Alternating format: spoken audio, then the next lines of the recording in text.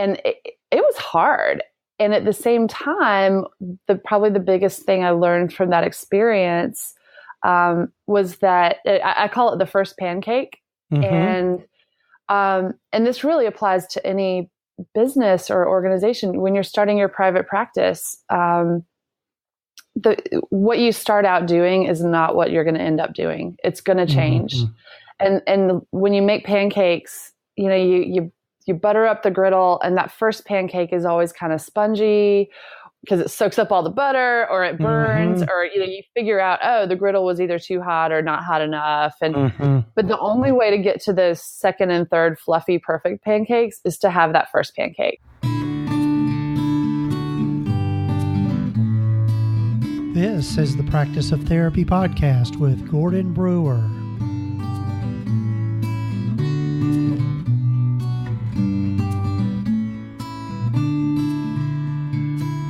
This is session number 38 of the Practice of Therapy podcast. Hello, folks. I'm your host, Gordon Brewer, and thank you for joining me today on the podcast, wherever you might be listening to it.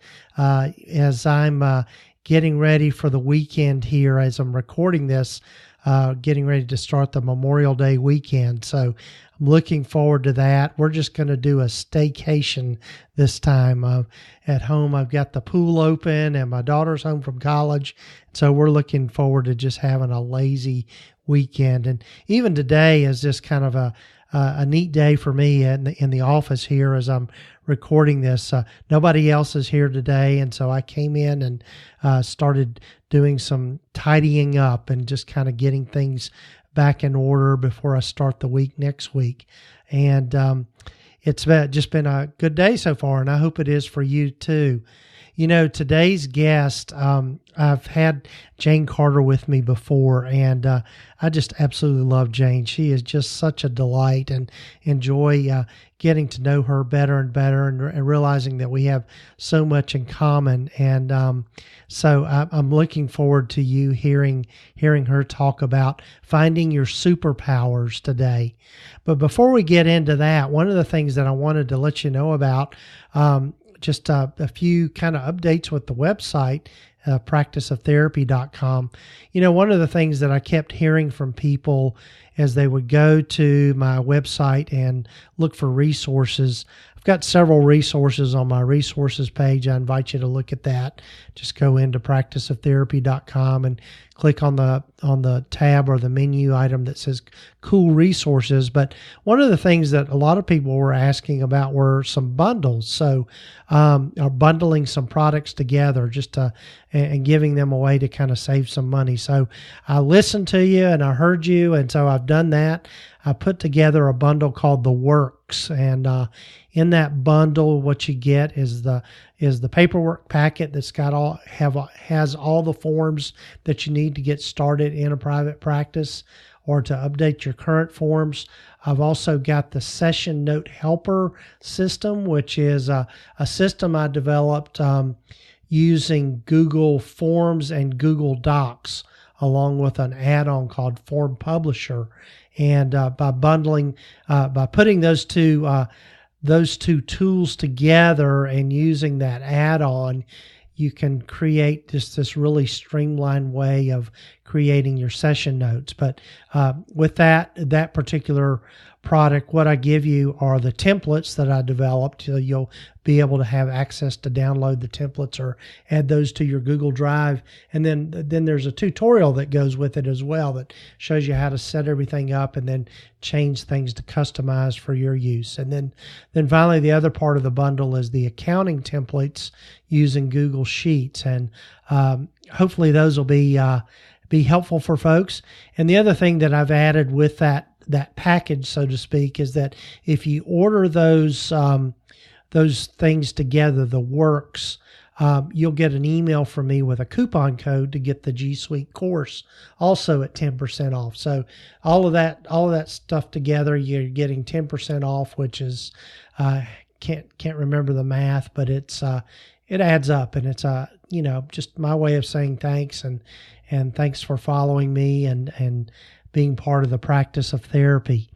So wanted to get into this interview today. It was one of the most fun interviews I've done so far, and I just love the way Jane puts things and the way that she is able to just talk about what she does. Jane has made the move from focusing more on doing some business coaching and mentoring and that sort of thing. And so a big part of our conversation is just talking about that. So without further ado, here is Jane Carter.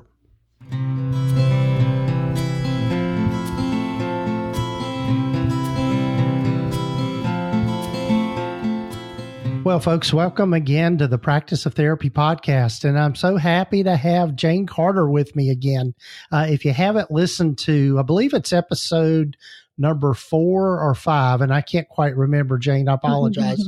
But if you'll go back and listen to Jane there where she talks about money mindset. But Jane and I have been friends for a couple of years. And so, and we've just got so much in common that we like even our injured feet. So That's welcome, right. Jane. Thank you. Yeah. So tell folks that maybe are listening to the podcast for the first time and maybe haven't heard the previous episode. Tell them a little bit about yourself and where you are and a little bit about your journey. Okay.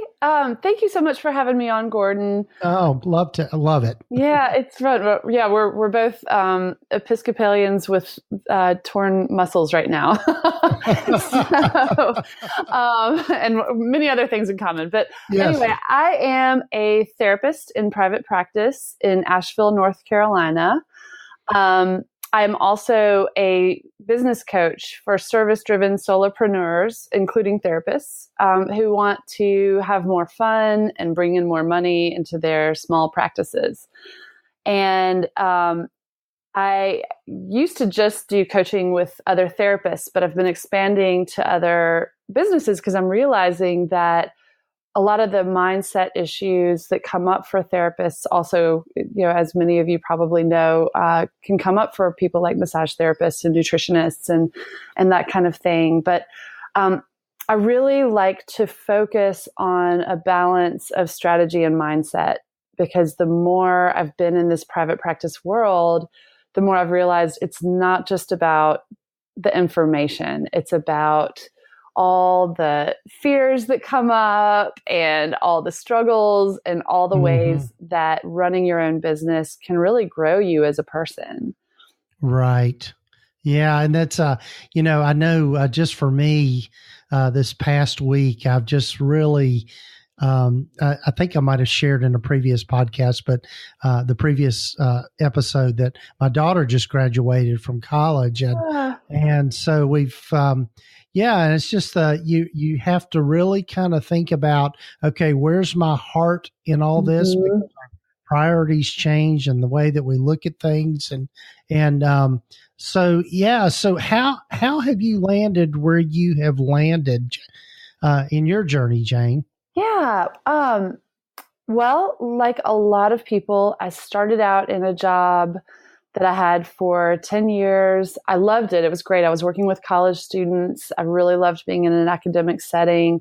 But at a certain point, it was time to grow. I was feeling that itch of wanting a new challenge, wanting to make a decent living, which it's hard to make much money in a college or an agency setting, And I started talking about doing private practice. And at some point, a friend said, Jane, you've been talking about private practice for about 3 years now. Are you actually going to do it?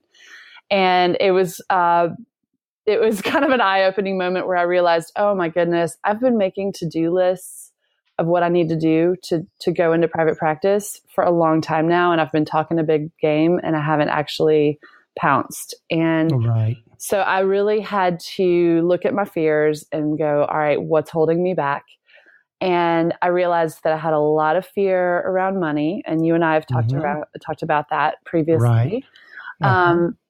The shift into accepting money for doing this very important and spiritual and meaningful work was huge. And also that I was just scared to put myself out there and be seen and to market myself. So I finally got some coaching, some business coaching. I realized that all the knowledge in the world of what to do with private practice wasn't going to make a difference if I didn't have that encouragement and accountability. And I hired a coach, and I finally made the leap, and it was great. I still acted from a fear place and tried to be a generalist, and realized I really needed to kind of focus in on a niche. And anyway, so I enjoyed private practice so much, and I enjoyed applying what I was learning through coaching, that I kind of let the pendulum swing to the opposite end, where I said, I want to tell everyone about this. All right. And, I decided to start the National Association of Counselors in Private Practice. Go big or go home, right? Right. There was a lot out there about online business, and here's all you have to do, and it's really simple, and you just build your audience. And I kind of drank the Kool-Aid of, you can just build a thing, and it's super easy and no big deal. So through that experience, so much came through that experience though. And I still cringe a little when I think about how much, I burnt myself out. I realized that I love working with people one-on-one. I do not love sitting in front of a computer all day, trying to run an online organization. I learned about, in the meantime, abundance mindset, and getting to work with other private practice coaches like Joe Sanok and Allison Pereire, and built some friendships there. That's how I ended up meeting you. Yes. I learned so much from that experience. I'm giving, this is a long version of my journey. Well, that's okay. Fine, because I think that to me is knowing the whole story is very important. Yeah. And I'll tell you, there were a lot of tears. There was a lot of embarrassment of this. I tried to build this thing and it failed. And it was hard. And at the same time, probably the biggest thing I learned from that experience was that I call it the first pancake. And this really applies to any business or organization. When you're starting your private practice, what you start out doing is not what you're going to end up doing. It's going to change. And when you make pancakes, you butter up the griddle, and that first pancake is always kind of spongy because it soaks up all the butter, or it burns, or you figure out, the griddle was either too hot or not hot enough. And but the only way to get to those second and third fluffy, perfect pancakes is to have that first pancake. Right. And the association was my first pancake. I had to go through that failure to find out, you know what? My gifts are not in online large scale membership sites. My gifts are in connecting people. And that's where I put together the Brew Your Practice workshop that you came to, and got together my friends Allison and Joe, and we put together this great thing. I realized that my gift is in one-on-one time with people, and building things slowly. And also I just, from that experience, put some energy just back into my private practice. And it was amazing. Once I finally put my full attention back on my practice, it was sort of like my business was saying, I've been waiting for you. Wow. And I got like 5 calls within the first week of letting go of that other project. And so I learned to kind of use my superpowers instead of trying to be someone I wasn't. And that was really important too. Yeah. And I think that is so true. And I know that is one of the things that I keep learning over and over again, is that you really need to find it's this, I'm kind of speaking out of both sides of my mouth. On one hand, you need to know your comfort zone well, and know where you really thrive, and really where you can, just as I call it, bloom where you're planted. But on the other hand, you really have to push yourself to kind of stretch and get outside your comfort zone in order to grow. But I think knowing yourself well is such a huge thing. I know, for example, I know that I am basically wired as an introvert. Now, I enjoy being around people. And like you, Jane, I really prefer having kind of one-on-one, in-depth conversations with people about meaningful stuff. And that's where I thrive the most. As far as being the life of the party or being the person that's always out front, I can do that, but that's not really my gift. And I think that's so important that people understand what they do well.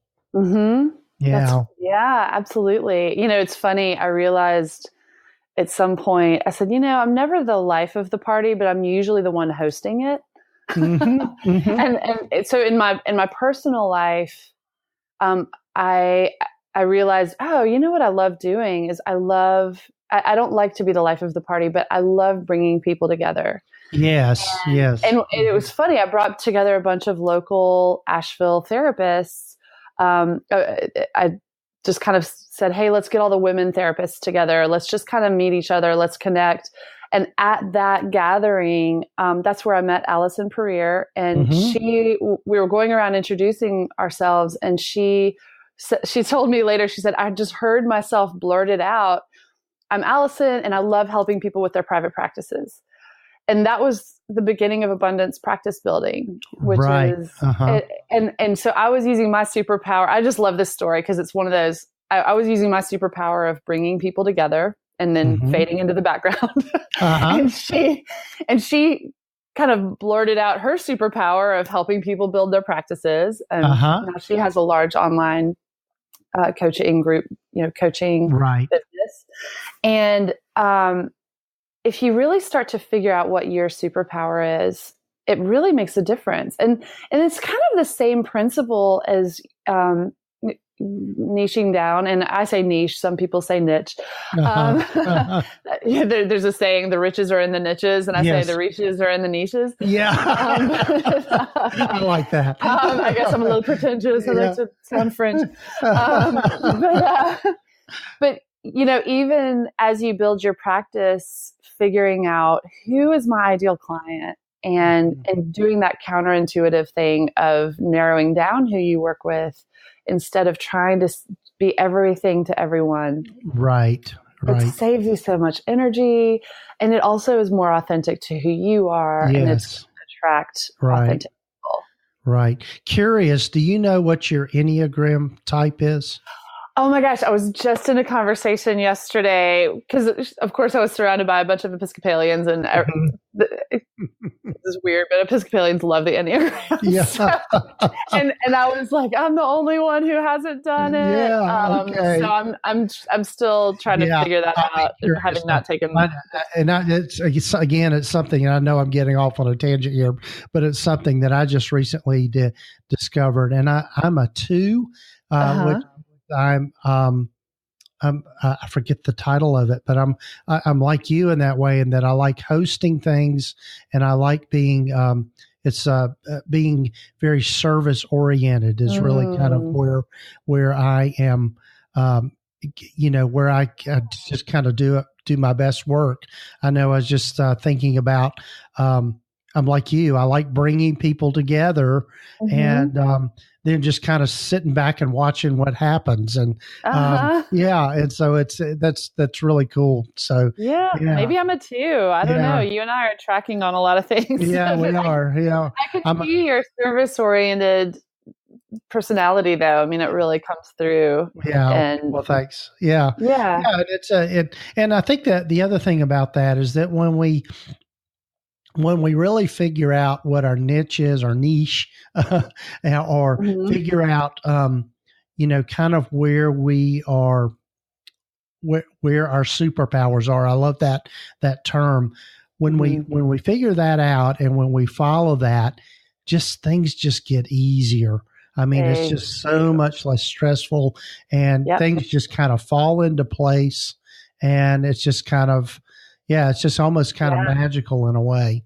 It really is. It's so, when I first started talking, I was saying, when we build our practices, it really grows us. And I think one of the reasons that I started doing some more coaching, and I'm, have really gradually built that part of my practice again, is that it's so much like therapy. It's so much about the personal growth that happens. And so I get that same satisfaction that I do while doing therapy. And one of the things that is at the core of marketing well is that, we tend to think, okay, I've got to figure out what people want and be that person or provide that thing. But the more I've learned about marketing, the more I've learned that the more you are, the more you dig even deeper into here's what's unique about me and my approach, or even just here's, who I am as a person, and kind of make that a hallmark of my therapy practice. Right. The more we embrace our weirdness in the ways that we don't quite fit in, or embrace our own story, that's actually very attractive to our ideal clients. And so it makes it have a certain level of effortlessness. And it's also just true of life, right? The more, so much of what we're trying to do is help our clients to be, instead of saying, yeah, you better not like yourself and just try to be someone different. So much of what we're trying to do is help them really embrace who they are and love who they are and accept that and be more them. So it applies to marketing and it applies to running your private practice. The more you are, the more you stand out, and the more effortless marketing is. Yes. And I think you're exactly right. I think the more a person can figure out how to be just simply genuine and authentic with who they are, people pick up on that. It's just, if you're trying to be, I guess the word that comes to mind, too salesy, right. Just really trying to think, oh, you need this, you need to see me, I can help you so much, that sort of thing. And just, people figure that out and they really get turned off by it. And so, that's, But then, you have this you really do have a service driven heart. And so when you are tapping into that desire to serve and applying that to your marketing, people feel that too. We do have to market ourselves. And I think where people think it's sleazy is they think of marketing as, okay, I'll pull out all these, tricks out of the hat to trick people or convince them to get something they don't need.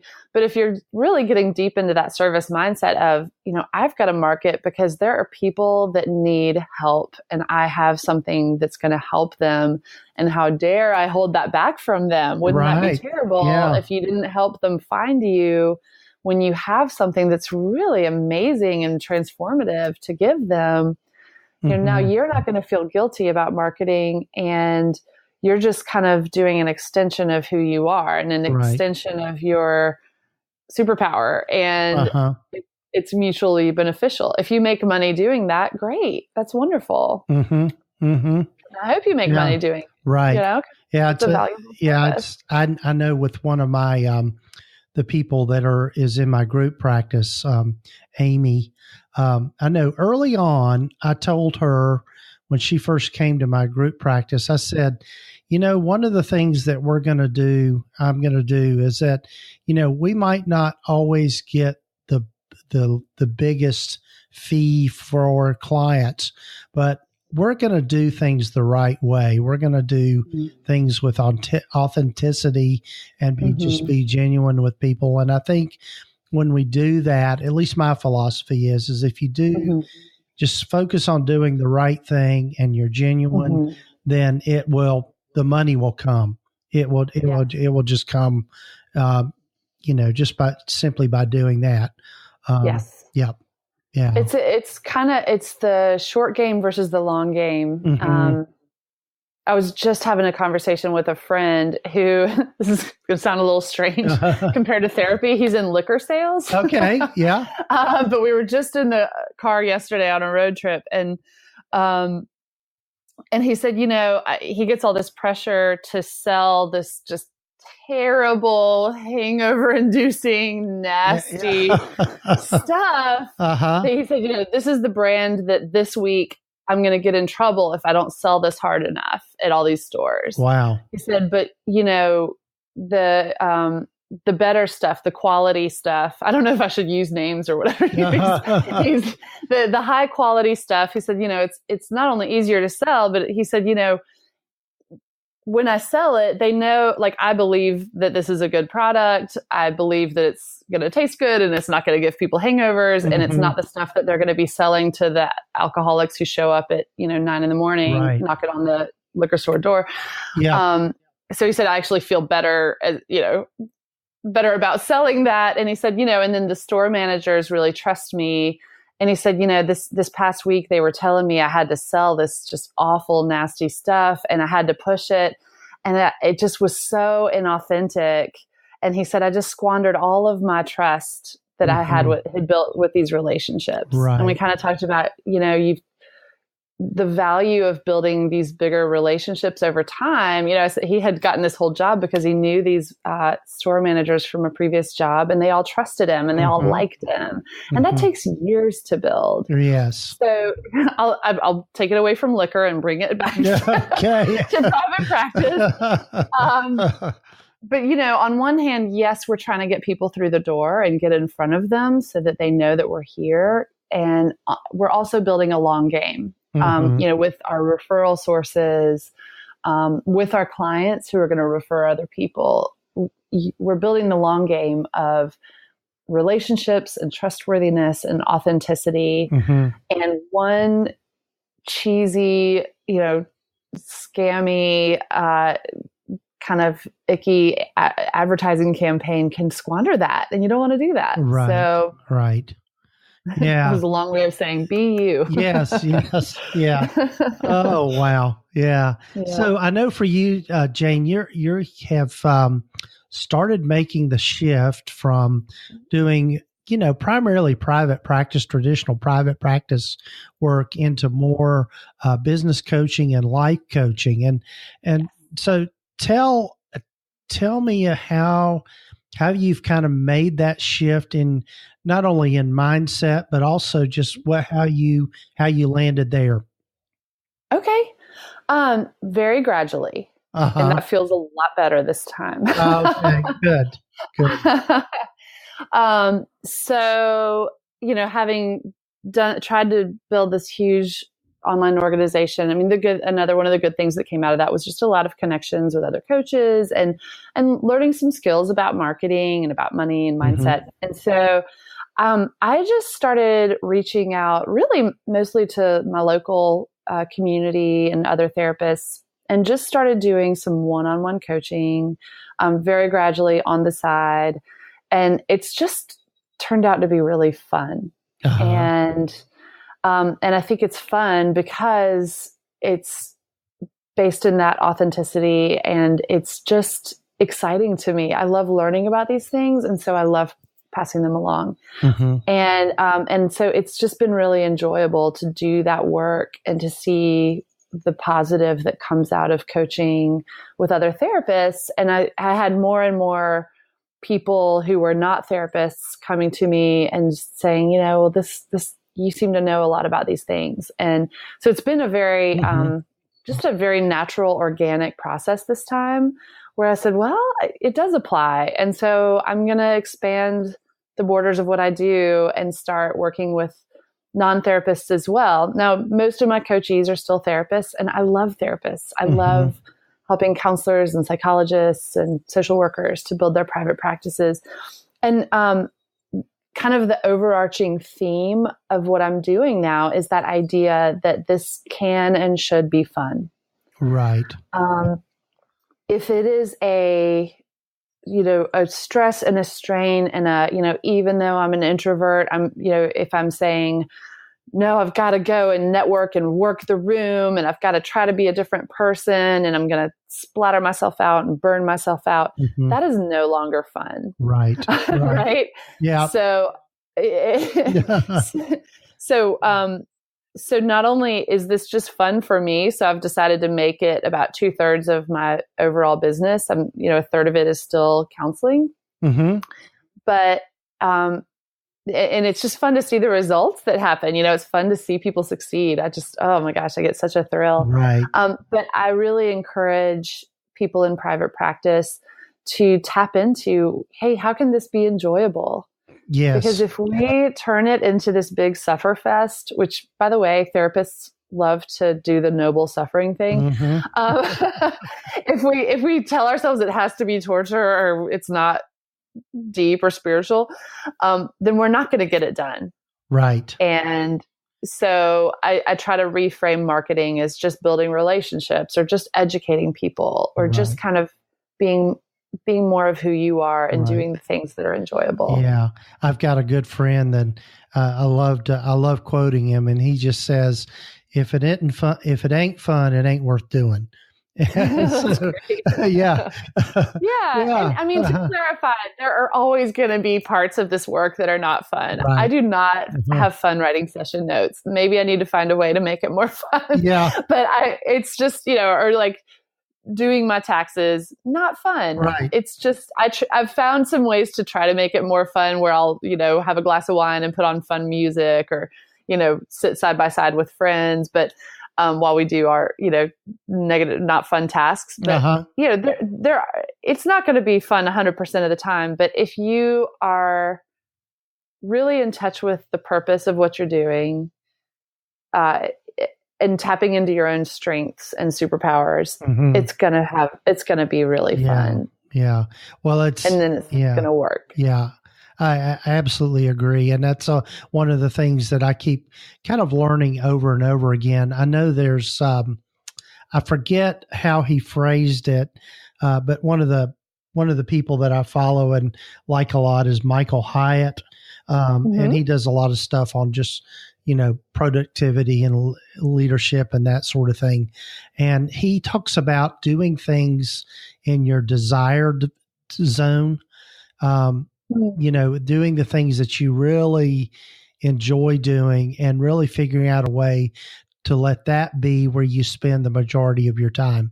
And he says all the other stuff that we do, the mundane things like, having to do documentation and having to do, just those, having to call lawyers and stuff like that that we have to do every now and then is learning how to automate those tasks or delegate them out to people that do them better. And so that's something that I keep learning and trying to remind myself as I, try to continuing to try to get better at what I do, just, in my private practice and also just in the practice of therapy and this podcast and this whole realm of, as you say, I guess you would call it the realm of consulting and coaching and mentoring and that sort of thing. So, yeah. That's great. Yeah. And yes, the outsourcing thing, one of the first things that my coach encouraged me to do when I was starting my practice was to hire a housekeeper. And I mean, I was eating ramen noodles trying to save up my money because I was nervous about, what if this doesn't work? Right. And, but I said, all right, 2 hours a month. I'll pay for someone to come clean my toilets and, wash my floors. And oh my goodness, it made such a difference. Right. And that was fun to walk into the house and go, wow, my house smells like lemons. and I have, and it seemed like this extravagance at first, but the idea being, scrubbing toilets is not fun. And I was not going to be bringing my best energy to my client if I didn't outsource that to someone else. Right. And I think, this was a mindset thing that I had to get my head around is that by outsourcing the things that eat up your time, you really end up saving money. Because you end up making more money because you're then able to spend your time doing those things that are number one are going to bring you money. I mean, like you said, if you're spending your time cleaning toilets, you're not going to make any money with that. But if you're, but if you're seeing clients, if you're seeing clients or working with people, then you're going to make money. So exactly. I mean, if I'm making $150 an hour for sessions, that means I'm a $150 an hour toilet cleaner if I'm cleaning my toilet. Right. So exactly. I'd rather pay someone $30 an hour and then put that money somewhere else. But we could really probably delve into that whole the productivity and outsourcing thing in another podcast session. But we'll do. But it really, I mean, there is so much work that can go into your private practice, and especially the people who are new in this are really learning this. So it's okay for it to be fun, and it kind of has to be fun, or it's going to be hard to sustain it. And we tend to think, oh, if it's fun, it doesn't count. That's true. That is so true. Well, Jane, I'm aware of our time, and I want to be conscious of your time and everything. But tell folks how they can get in touch with you, and also tell them a little bit about your. I know there's something that you want to be able to have available for people. So tell them about that.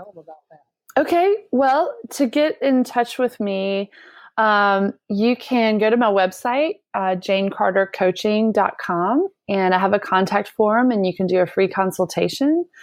I'm going to just go ahead and give out my email address, which is jane@janecartercoaching.com. And along the lines of making building your private practice fun, I have a little game called Private Practice Crush. And I used to be addicted to Candy Crush, so I wasn't very original. I stole the name. But it's a fun little game where it just kind of lists out some of the tasks that we have to do in private practice, and you get points for the things that you do, and it takes away points for the things that are distractions. And just taking that kind of gameful approach and seeing it as a game. It's based on the work of Jane McGonigal, who does a lot of research into gamefulness in video games and the ways that it sort of can increase people's sense of efficacy and reduce anxiety about these things when we make it into a game. So if you will email me, and let's see, put in the subject line, how about Gordon Brewer is awesome? And, okay.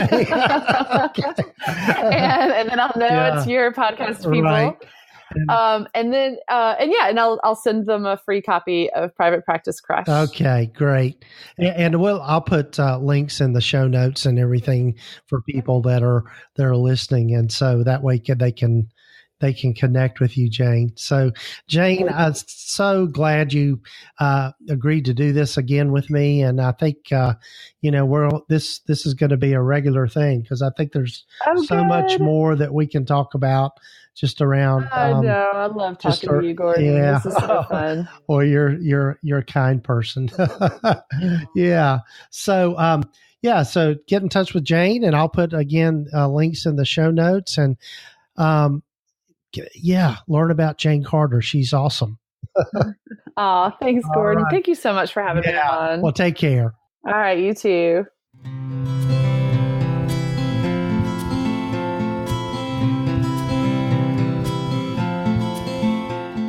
Well, folks, thanks again for joining me today on the podcast. And I don't know if you're like me, but I just always enjoy talking with Jane Carter. She has become just a good friend, and I know that we're very much kindred spirits in the way that we approach our private practices and just the way we think about all the stuff that we're doing in the world. Do take a look at Jane's website, janecartercoaching.com. And also, as a reminder, to be sure and email her if you would like to get the Private Practice Crush game that will send to you. And she said, use the subject line, Gordon Brewer is awesome. Well, that's awfully kind. Some days I feel that way, and other days I don't. So, but anyway, her email again is jane@janecartercoaching.com, and she'll send that over to you.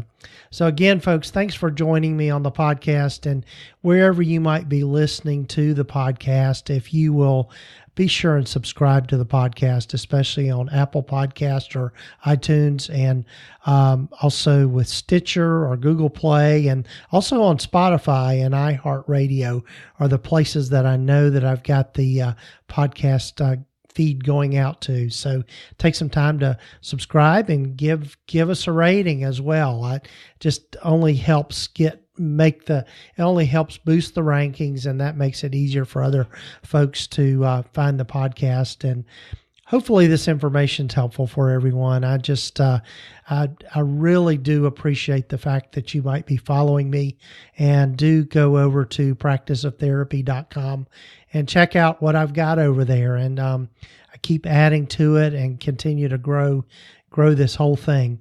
One other thing I'll mention is that I am constantly looking for people to maybe get together for a mastermind group. And, Jane and I talked about the importance of getting coaching and mentoring. And for me, a mastermind group is just one of the best ways to do that.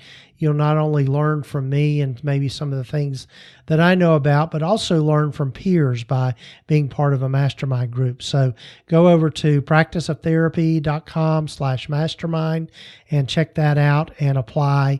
And I'll get back with you and we'll have a conversation before we get started to make sure that's a good fit for you. So take care, folks. I hope that the rest of your week or your weekend, whenever you're listening to this, is a good one. Take care.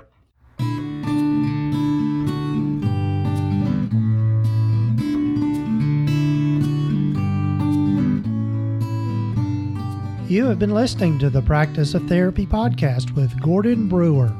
Please visit us at practiceoftherapy.com for more information, resources, and tools to help you in starting, building, and growing your private practice.